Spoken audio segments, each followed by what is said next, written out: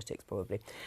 The Stoke Central by-election is not the only big event in a packed political week. As we have just discussed, the Article 50 debate kicks off in the Lords today and will continue over the next 2 weeks. Later today, the Commons will discuss 2 online petitions on President Trump's proposed visit. One opposing it with nearly 1.9 million names and another supporting it with around 1/3 signatories. On Tuesday, the Women and Equalities Committee publishes its latest report on the gender pay gap. On Wednesday, of course, it's Prime Minister's Questions, which you can watch live here on The Daily Politics. Thursday sees Jeremy Corbyn defending 2 Labour seats in by-elections in Stoke Central and Copeland in Cumbria. Friday sees the start of the Scottish Labour conference in the fair city of Perth, the party's first since its drubbing in the Scottish Parliament elections. And to discuss the political week ahead, we've been joined by Lucy Fisher from The Times and Torquil Crichton of The Daily Record. Welcome to both of you. Lucy Fisher, have the Lordships got the nerve for a fight, or will they just see this through? I think there is the nerve for a fight, actually. And of course, it's so tempting for the Lords to do that because the Conservatives don't have a majority in the upper chamber as they do in the Commons. So my understanding is the 2 big amendments to really watch out for here are, firstly, about assuring the rights of EU nationals to stay in the UK, and secondly, about Parliament getting a meaningful vote on the Brexit deal that's finally negotiated. It looks quite likely that if around about a dozen Tory peers abstain, other opposition peers join forces, they could succeed in passing those and sending them back to the Commons. Right, but we've just heard from 2 peers, Torquil Crichton, both of whom have pledged to push this through, even if they get those amendments, and there's a little bit of ping-pong within the timetable set by Theresa May. Do you believe them? I do. On Brexit in the Commons or in Parliament, it's going to be a bit like the Star Wars saga. We're now in episode 2. It might have a slightly different ending in that the Lords may well ping the amendments that Lucy outlined there on EU citizens and on the Commons having a meaningful vote at the end of the negotiation process.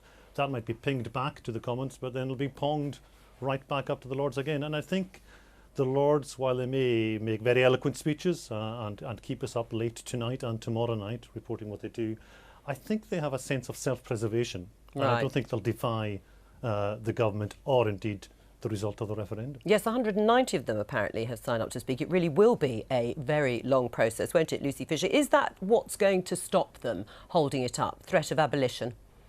I think that's right. I mean, we heard in recent weeks government sources warning them not to play God.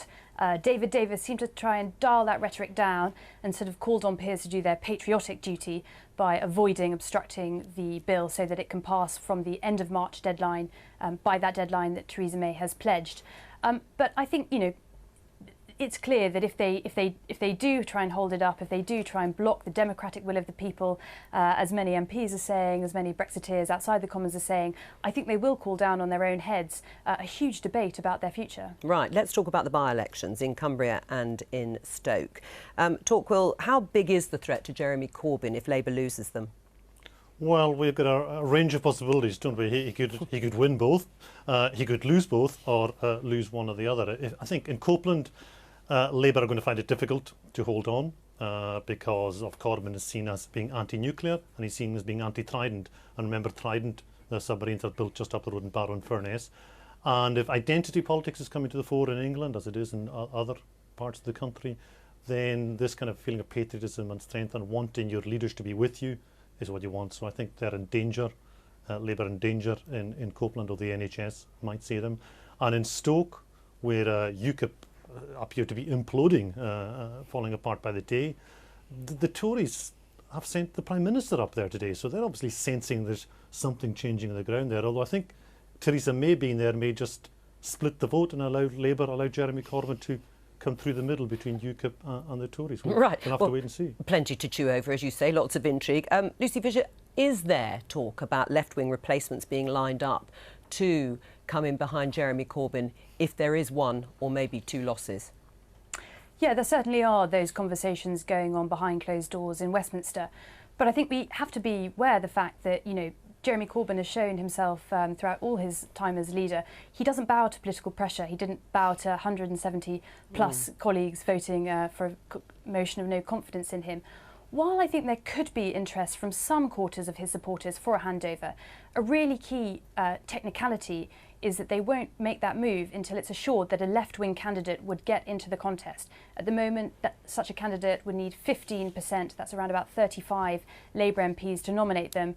I think that's a sort of rule change we're going to hear a lot more about in the coming year. But until then, I think Jeremy Corbyn will probably sit tight. Right, something they might discuss at conference. Let's talk about Scottish Labour. The Scottish Labour conference in Perth at the end of the week. Crichton, you'll be there. Will the atmosphere be somewhere between a wake and a rare breeds convention?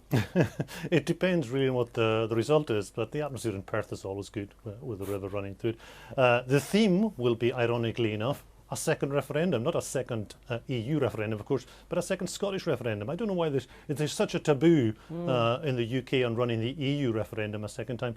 No such thing exists in Scotland. You know, it's on the agenda, it's on the burner, and it's boiling up, coming to boiling point at the Labour conference and the SNP conference next month. So Labour's theme will be Together We're Stronger, i.e. putting the tin lid on the idea that Labour might support or even want a second referendum. And Kes Dugdale in her keynote speech will be talking about federalism in the UK. And in that sense, it'll be historic, because here's the Scottish Labour Party having federalised itself, broken away, closed the branch office, and is now almost a standalone party within the UK party. It's now advocating federalism for the whole of the UK, and they see that as their solution to nationalism. Right, but for a party that's gone from total dominance to a 19% share of the vote and one MP, is there any way back for them? Well, the only way is up, you would say, isn't it? The only way back is, you know, policy and leadership, and they feel encumbered, I think, with Corbyn as a UK leader. He's a dragnet in the polls nationally and in Scotland. It's interesting that he's speaking on Sunday at the very tail end of the conference, where you've got Sadiq Khan, a popular winning Labour politician, speaking on the Saturday and indeed introducing Kes Dugdale, and Tom Watson is on the Saturday as well. So they're the main act, and Corbyn brings the curtain down on a late Sunday afternoon showing. Well, thank you for being the main act here. Goodbye to both of you. Enjoy listening to the Lords. Alan Johnson, have you got a debate on Wednesday on social care funding? I didn't figure in your highlights of the week to come. But you are now. Yeah.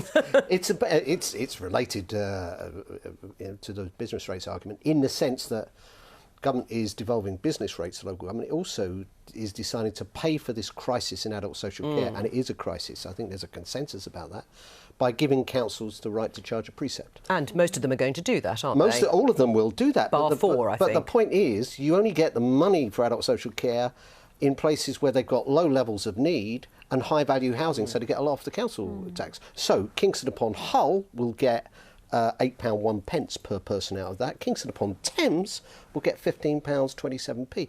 And then, you know, the need, it'd be handy in both areas, but it nowhere plugs the need in areas where you've got a high level of demand of people who need someone coming around to assist them. Has the government underestimated the current crisis, as Alan Johnson calls it, in social care and, in fact, demand within A&E and the NHS? I mean, social care is a huge issue, especially in East Sussex, because we have the most 85-year-olds in the country, and I also chair the all-party group for ageing and older people. And how we manage, not just finance social care, is a conversation that needs to be had much more. Should more money be put in, though? It's not just about more money, it's also how we manage. Should more money be put in? All of this service will do better with more money, but it's not just about more money, though. But you do accept that they would do better, that it would be easier for these services if there was more funding, but it's also about making sure that the social care is available at the right places. A lot of my councils are struggling to hire people to deliver the care. There are lots of other issues around just financing. It's looking at models of social care and also having a conversation how we do it better. More people living by themselves, living longer, with multiple health issues and health needs, and how we manage that going forward. That's right, but you know, of course, funding, the King's Fund, Oxford University, Age UK, everyone who's looked at this says it's funding that's the major problem. Yeah. Of course, those other things are important, but if we don't get the funding right, then this is going to be a growing problem. How much money would you put in, Alan Johnson? How much money would I put? There's a gap of around £6 billion at the moment in what's needed and what's there. Now, you know, in terms of how you devolve, what the government are doing is saying this is the responsibility of local government now. And I think that's passing the buck. It needs to be a national solution to this, not a postcode lottery. But our debate on Wednesday is about the short term, 2017, 2018, and how councils get through without collapsing on social care. Well, that's the end of our week ahead.